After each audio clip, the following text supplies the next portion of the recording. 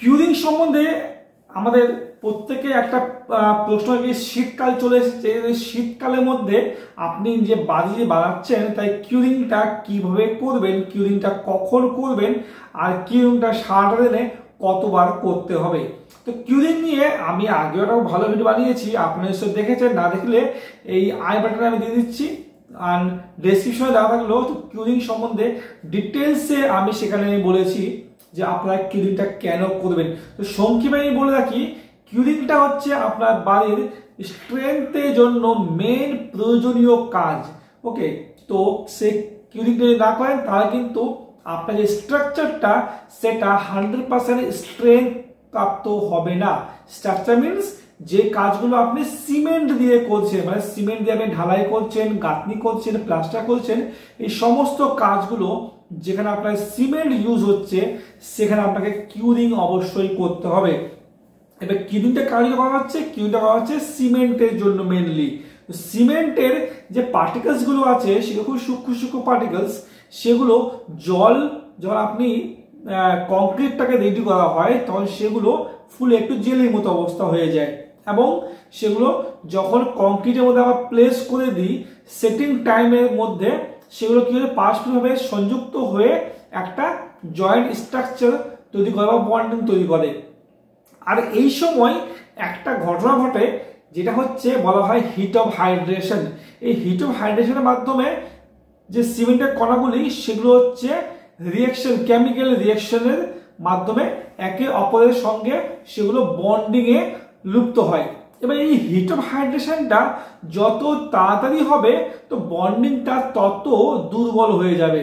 তো এই heat of হাইড্রেশনটা খুব তাড়াতাড়ি না হয়ে যায়, যাতে এগুলো একটা স্টেপ বাই স্টেপ টাইম অনুযায়ী আস্তে আস্তে হয়, সেই কারণে জল দিয়ে সময় সময়ে সেটাকে কিউরিং করতে হয়, বা সেই হিট অফ হাইড্রেশনটাকে যে টাইম পিরিয়ডটা আছে সেটাকে বাড়াতে হয়। তো এই কারণে কিউরিংটা প্রয়োজন। এবার শীতকালে এই হিট অফ হাইড্রেশনের হারটাও কম হয় যেহেতু গরমটা কম থাকে, এবং দিনের বেলায় যে সময়টুকু রোদ হচ্ছে সেই সময়টুকু মনে করেন কি হিট অফ হাইড্রেশনটা বেশি হচ্ছে, তো কিউরিংটা আপনার বেশি প্রয়োজন হয়। সারাটা যেহেতু কুয়াশা হচ্ছে প্লাস শিশির পড়ছে, ঠান্ডা আবহাওয়া, তো সেই সময়টা হিট অফ হাইড্রেশনটা কিন্তু কমই হচ্ছে। তো সেক্ষেত্রে শীতকালে যে মেনলি আপনাকে করতে হবে, শীতকালে সকালে আপনাকে 10টা 11টার মধ্যে আপনাকে অবশ্যই একবার কিউরিং করে দিতে হবে, যাতে সারাটা দিন সেই কিউরিংটা আপনার বজায় থাকে। নর্মালি অবস্থায় নর্মাল একটা যেমন সামার সিজনে আমরা মিনিমাম 2বার করে কিউরিং করতে বলি, একটা মর্নিং একটা ইভিনিং। মর্নিং এরটা যেহেতু আপনার হচ্ছে মর্নিং থেকে নিয়ে ইভিনিং পর্যন্ত সময়টাতে হিট অফ হাইড্রেশনটাকে কন্ট্রোল করবে, আর ইভিনিং এরটা evening to overnight heat of হাইড্রেশনটাকে কন্ট্রোল করবে। তো যেহেতু ওভারনাইটে আমাদের ঠান্ডা পাচ্ছে, আবহাওয়াটা শিশির পড়ছে, কুয়াশা হচ্ছে, তো সেই কারণে ওই সময়টাতে আমরা কিউরিংটা না করি কোনো সমস্যা নেই, তবে দিনের বেলা আপনাকে একবার অবশ্যই করতে হবে। আর কিউরিংটা কিভাবে করবেন, কিউরিংটা অবশ্যই সব সময় আপনার করার পদ্ধতিটা সবসময় সেম থাকবে। এই না যে শীতকাল আছে বলে আপনি অল্প একটু জল ছিটিয়ে দিলেন আর হয়ে গেল, একদমই না।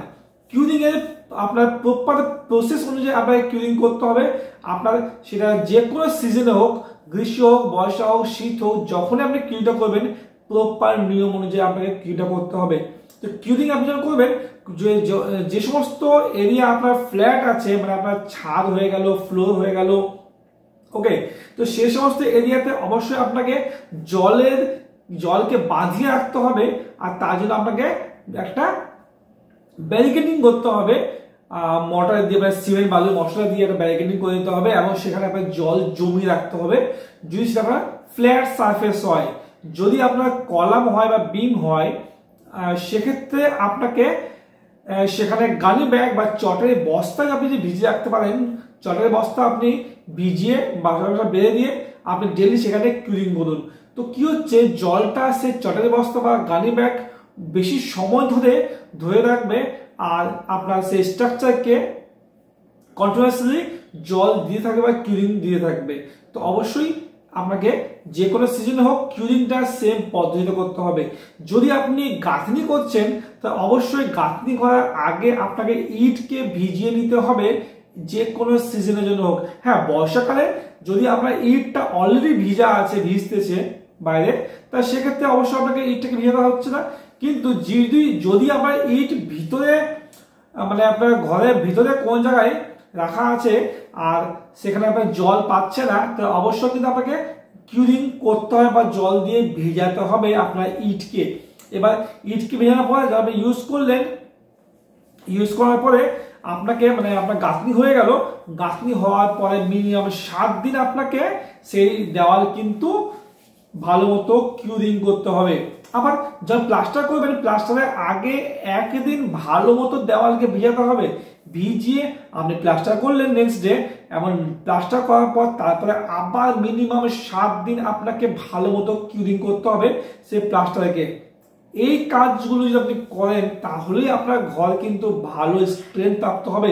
এই বলে না যে ঘরের মধ্যে বানানোর সঙ্গে সঙ্গে হচ্ছে ফাটা হয়ে গেল, বা ঘরে আপনার কোনো দেওয়াল ফেটে যাচ্ছে, বা কোথাও আপনার গেট ঢালাই ফেটে যাচ্ছে, এই যে সমস্ত ফাটার প্রবলেমগুলো, এই ফাটার প্রবলেমগুলো মেনলি আসে কিউরিং না হওয়ার জন্য।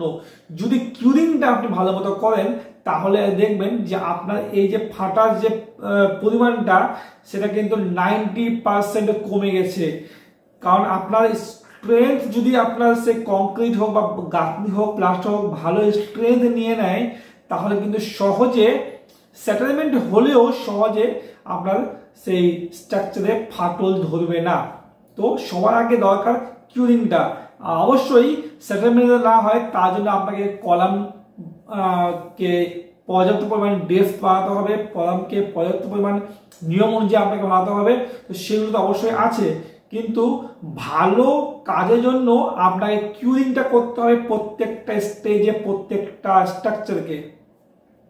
তো এই নিয়ে আজকে ভিডিও শেষ করবো।